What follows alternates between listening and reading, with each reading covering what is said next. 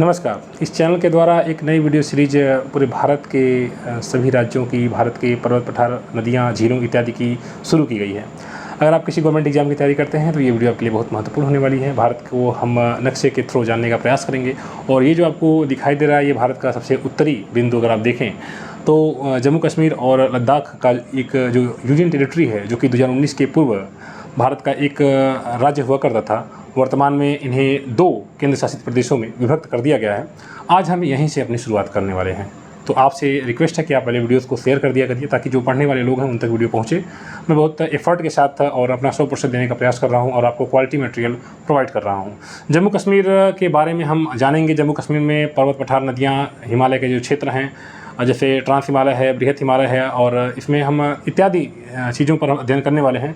लेकिन इस सब को जानने से पहले वर्तमान में जम्मू कश्मीर की क्या स्थिति है, यह जानना अति आवश्यक हो जाता है। और इसीलिए आज हम इस वीडियो में जम्मू कश्मीर की करंट सिचुएशन पर हम चर्चा करने वाले हैं, जो कि 2 पार्ट में हम इसको डिवाइड कर दें। ये जो मैंने आपको दिखाई ब्लैक कलर में बॉर्डर बनाया है, ये आपको जो ऊपर वाला दिखाई दे रहा है, ये हिस्सा, ये लद्दाख है। भारत का एक प्यारा सा यूटी, यूनियन टेरिटरी लद्दाख है। और ये जो नीचे का हिस्सा दिखाई दे रहा है, ये आपका जम्मू कश्मीर है। 2019 के आदेश के बाद इसे भारत के 2 प्रमुख केंद्र शासित प्रदेशों में विभक्त कर दिया गया। ये बात मैंने आपको पहले ही बताई है।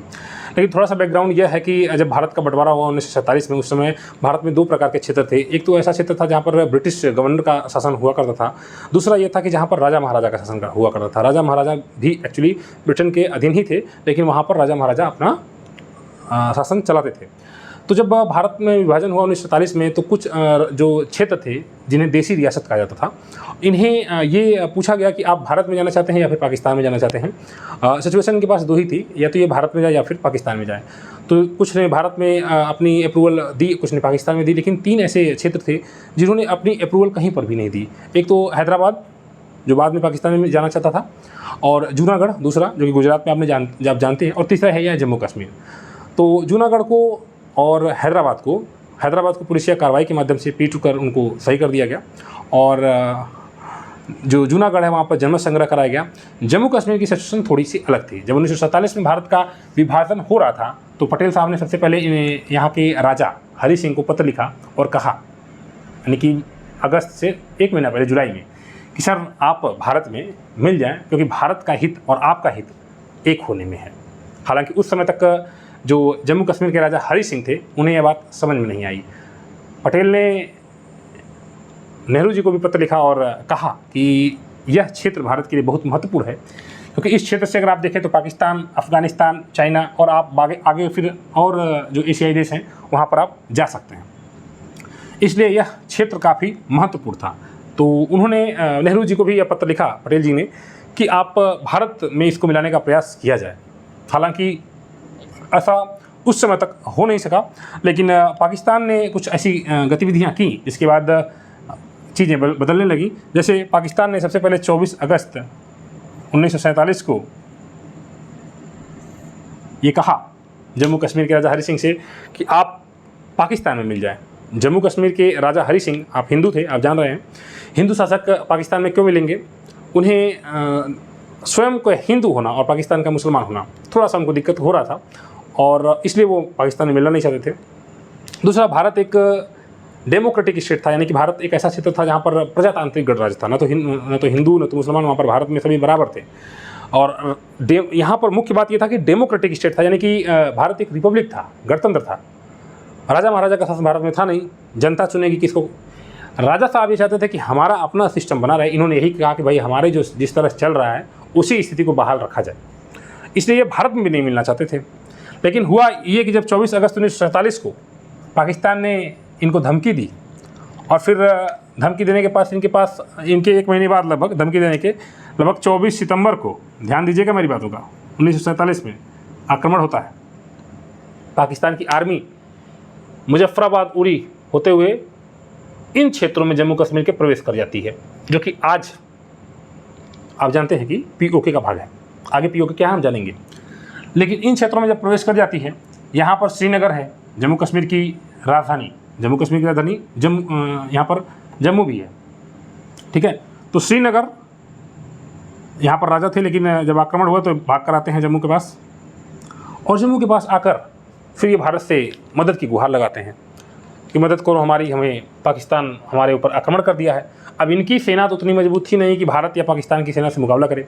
अगर आप देखें तो उस समय तक भारत या पाकिस्तान दोनों जगह लगभग ब्रिटिश, अभी 1947 सितंबर ही चल रहा है, तो एक प्रकार से देखा जाए तो ब्रिटेन की ही सेना दोनों जगह थी, है ना। ब्रिटेन की सेना का मतलब ब्रिटेन का अधिकार एक प्रकार से था, ठीक है, सेना भारत की ही थी। तो पाकिस्तान का जब आक्रमण होता है 1947 में, तो राजा भाग कर आते हैं इधर, और 25 अक्टूबर को ये भारत आते हैं। याद रखिएगा, भारत के मतलब भारत नहीं आते बल्कि जम्मू आते हैं। जब इन क्षेत्रों में आक्रमण होता है, अत्याचार होता है, हज़ारों लोगों की मौत हो जाती है, तो भाई साहब भाग कर अपना जान बचा कर आते हैं और भारत से मदद की गुहार लगाते हैं। भारत क्यों मदद करेगा? माउंटबेटन ने कहा कि हम क्यों मदद करें, भारत अपनी सीमाओं की रक्षा करेगा। आप तो भारत में है नहीं, तो या तो आप भारत का हिस्सा बन जाइए तब हम आपको बचाएं, या तो हम दूसरे के झगड़े में क्यों पड़े। अंत में इन्होंने ये देखते हुए भारत में जाना ही उचित समझा, क्योंकि ये जानते थे कि भारत ही उनके अधिकारों की रक्षा करेगा। 25 अक्टूबर 1947 अगले दिन इन्होंने विलय पत्र पर हस्ताक्षर किया, यानी कि एक दिन बाद 26 को विलय पत्र पर हस्ताक्षर किया, और ये जम्मू कश्मीर जो क्षेत्र है वो भारत का हो गया। हालांकि इस पर पाकिस्तान को कड़ी आपत्ति हुई और इसके बाद फिर यूएन तक ये बात चला। लेकिन इन सब चीज़ों को अभी हम इस वीडियो में नहीं समझेंगे। हम बस इतना समझेंगे कि 26 अक्टूबर 1947 के आसपास ये पूरा क्षेत्र भारत का हो गया, क्योंकि भारत पर विलय पत्र पर हस्ताक्षर करके जम्मू कश्मीर के राजा ने स्वयं को, अपने पूरे क्षेत्र को भारत में मिला लिया, ठीक है। हालांकि जम्मू कश्मीर की जो वहाँ की लोकल जो भी लैंग्वेज, जो भी लोकल वहाँ की कल्चर थी, उसको सम्मान देने के लिए भारत ने अनुच्छेद 370 के आधार पर, अनुच्छेद 35A के आधार पर यहाँ का जो क्षेत्रवाद था उसका कुछ हद तक समर्थन किया। लेकिन 2019 में भारत सरकार ने एक संविधान आदेश जारी किया 2019 में, और भारत जम्मू कश्मीर के स्पेशल स्टेटस के दर्जे को खत्म किया, और जम्मू कश्मीर एक जो राज्य था उसे 2 यूनियन टेरिटरी, एक तो जम्मू कश्मीर जहाँ पर विधानसभा है और दूसरा लद्दाख में डिवाइड कर दिया। अब आज की सिचुएशन ये है कि 2 यूनियन टेरिटरी हैं, एक लद्दाख और एक जम्मू कश्मीर। लद्दाख में आपको कारगिल यहाँ पर छोटा सा एक जिला है, और यहाँ पर पूरा का पूरा लेह। तो लद्दाख का जो क्षेत्र आपको दिखाई दे रहा है, ये वाला क्षेत्र, इसमें आपको सिर्फ 2 चीज़ें जाननी है, एक तो कारगिल और एक लेह। अब आप कहेंगे सर इतना ज़्यादा ये सब क्या चीज़ें हैं, तो अगर आपको बताएं तो जब 1947 में भारत का बंटवारा हुआ और मैंने आपको बताया कि ये हिस्सा कुछ हद तक यहाँ पर आ गए, तो वहाँ के बाद में यूएन में चीज़ें जब चली गई तो वहाँ पर एक लाइन ये ड्रा की गई, ठीक है, और यहाँ पर अधिकार एक प्रकार से LOC पाकिस्तान का हो गया। पाकिस्तान ये कहता कि हाँ यूएन के अकॉर्डिंग इन क्षेत्रों में ये विवाद की जो स्थिति है, विवाद बने रहने तक पाकिस्तान की जनता, ये जो क्षेत्र में दिखाई दे रही है आपको इधर, और इधर जो है इसके इधर, ये भारत का क्षेत्र दिखाई दे रहा है, ठीक है। और इधर ये जो अधिकार दिखाई दे रहा है, रेड कलर का डॉट इधर बनाया मैंने, ये अक्साई चीन है, यहाँ पर चीन का अधिकार है, ठीक है। अब अगर आप इसको देखें तो जम्मू कश्मीर का कुछ ये जो पार्ट आपको रेड कलर का मैंने बनाया है, ये और ये पूरा का पूरा हिस्सा पाकिस्तान के अधिकार में है, इसलिए पाक अधिकृत कश्मीर इसको कहा जाता है भारत के नज़रिए से, जो कि पूरा भारत का ही हिस्सा है। लेकिन इतना क्षेत्र और ये पाक ने ज़बरदस्ती कब्जा किया हुआ है, इसको हम POK कहेंगे। और ये जो नीचे का दिखाई दे रहा है, यानी कि जम्मू कश्मीर के पश्चिमी हिस्से में आपको जो दिखाई दे रहा है, ये इसे आज़ाद कश्मीर कहता है। पाकिस्तान कहता है कि ये आज़ाद कश्मीर है। एक्चुअली ये आज़ाद कश्मीर है नहीं, इसको गवर्न करता है पाकिस्तान ही, लेकिन नाम दिया है आज़ाद कश्मीर का। और ऊपर का जो आपको दिखाई दे रहा है हिस्सा, ये है गिलगित बलूचिस्तान। ये जो आपको क्षेत्र दिखाई दे रहा है, गिलगित बलूचिस्तान का क्षेत्र दिखाई दे रहा है। यहाँ रेड कलर का मैंने एक और बनाया है, ट्रांस काराकोरम क्षेत्र है।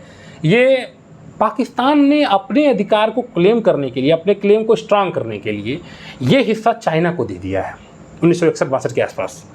इनके बीच से एक समझौता होता है 1963 में, और इन्होंने, पाकिस्तान ने ये लगभग 5200 किलोमीटर के आसपास का क्षेत्र, या 5200 आप मान लें, लगभग 5200 स्क्वायर किलोमीटर एरिया का क्षेत्र चाइना को दे दिया है, ठीक है, अपने क्लेम को स्ट्रांग करने के लिए कि चाइना का सपोर्ट इनको बना रहे। और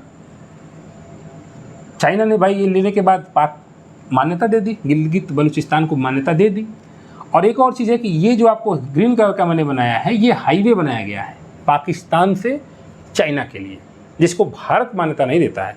भारत अपनी अखंडता का, जो अपनी भारत की सॉवरेनिटी है, उसका वायलेशन बताता है। भारत इस चीज़ को मान्यता नहीं देता है, लेकिन करंट सिचुएशन में पाकिस्तान और चाइना के बीच आपने कॉरिडोर भी जाना होगा, वो इसी का एक पार्ट है। ये 1970 के आसपास हाईवे बना है, ठीक है। तो ये करंट सिचुएशन है, आपने समझ लिया, यहाँ पर क्षेत्र समझ लिया, ये चाइना का क्षेत्र समझ लिया। और ये जो क्षेत्र आपको दिखाई दे रहा है ये एक्चुअल अक्साई चीन का क्षेत्र है। ये अक्साई चीन हम इसलिए कह रहे हैं क्योंकि यहाँ पर चाइना का अपना अधिकार है। ये जो कि भारत का हिस्सा है, लेकिन चाइना ने इस पर ज़बरदस्ती अधिकार कर लिया। और 1962 में भारत चाइना के बीच युद्ध हुआ, वो इसका कारण यही था कि तिब्बत जो कि एक स्वतंत्र देश है जिस पर चाइना अपना अधिकार अपना क्लेम करता है, उसे और सिंगजियांग चाइना का एक प्रांत है, उसको कनेक्ट किया जा रहा था हाईवे के थ्रू, एक रोड के थ्रू, जिसका भारत ने विरोध किया। और भारत ने इसका विरोध किया क्योंकि भारत की अखंडता, जो भारत की एकता अखंडता है, उसका ये वायलेशन है। भारत की जो प्रभुता है, इसके वजह से भारत और चाइना में 1962 का युद्ध भी होता है। और आप जानते हैं 1962 के युद्ध की स्थिति क्या हुई। लेकिन इसके बाद से ये जो क्षेत्र है ये चाइना ने ऑक्युपाई कर लिया हुआ है, ठीक है। वहाँ पर ये पूरा चाइना की आर्मी है, वहाँ पर लगा दी गई है। अब ये जो क्षेत्र आपको दिखाई दे रहा है ये सियाचिन है, यहाँ पर भारत का अधिकार है। ये पाकिस्तान इस पर कब्जा करने का प्रयास किया। यहाँ पर ये बड़ा महत्वपूर्ण क्षेत्र है क्योंकि ये दुनिया का सबसे ऊंचा युद्ध क्षेत्र है। और पाकिस्तान इस पर कब्जा करने का प्रयास किया, लेकिन इंडिया थोड़ा सा एक्टिव हुआ इस मामले में ज़्यादा, और भारत ने यहाँ पर अपनी फ़ौज खड़ी कर दी। और करंट सिचुएशन ये आज की डेट में सियाचिन पर भारत का अधिकार है, भारत की सेना यहाँ पर है और एक प्रकार से वाच टावर का काम करता है। और ये ट्राई जंक्शन है क्योंकि यहाँ चाइना और ये पाकिस्तान और इंडिया ट्राई जंक्शन, यहाँ से तीनों जगह की सिचुएशन है। अगर आप हाई, चूँकि इसका हाइट बहुत ज़्यादा, आप जानते हैं भारत की सबसे हाईएस्ट पीक अगर देखें हिमालय को छोड़कर, K2 के आसपास अगर देखें, हिमालय पर्वत से ये ट्रांस हिमालय है ना, तो K2 के आसपास का क्षेत्र है, काफ़ी ऊँचा है। और ये वाच टावर का काम करता है जहाँ से चाइना की गतिविधियों को और पाकिस्तान की गतिविधियों पर भारतीय सेना नज़र बनाए रखे हुए है। इसलिए यह बड़ा महत्वपूर्ण क्षेत्र है और ये सबसे अच्छी बात है कि भारत ने इस क्षेत्र पर अपना अधिकार कर लिया है, सियाचिन क्षेत्र पर, ठीक है, इसके साउथ पार्ट पर। तो यहाँ पर साल्टरो रिच है। तो ये वर्तमान सिचुएशन है फ्रेंड्स, ठीक है। अब हम आगे पर्वतों पर पढ़ेंगे, पर्वतों पर प्रमुख पर्वत पढ़ेंगे, पठार पढ़ेंगे, नदियाँ पढ़ेंगे। अभी हमने ये सिचुएशन समझ ली। वीडियो कैसी लगी आप ज़रूर बताइएगा, कमेंट किया करिए, थोड़ा मनोबल बढ़ता है। और आपसे बार बार रिक्वेस्ट करता हूँ कि आप वीडियोस को शेयर किया करिए ताकि जो पढ़ने वाले स्टूडेंट्स हैं, पढ़ने वाले कैंडिडेट्स हैं, उन तक वीडियो पहुँचे। वीडियो को आप लोग शेयर नहीं करते हैं, देखते भी नहीं हैं, तो मैं आपसे बार बार अपील करता हूँ काइंडली आप वीडियोस को देखा करिए। यही रिक्वेस्ट है वीडियो में भी। मिलते हैं नेक्स्ट वीडियो में, बाय।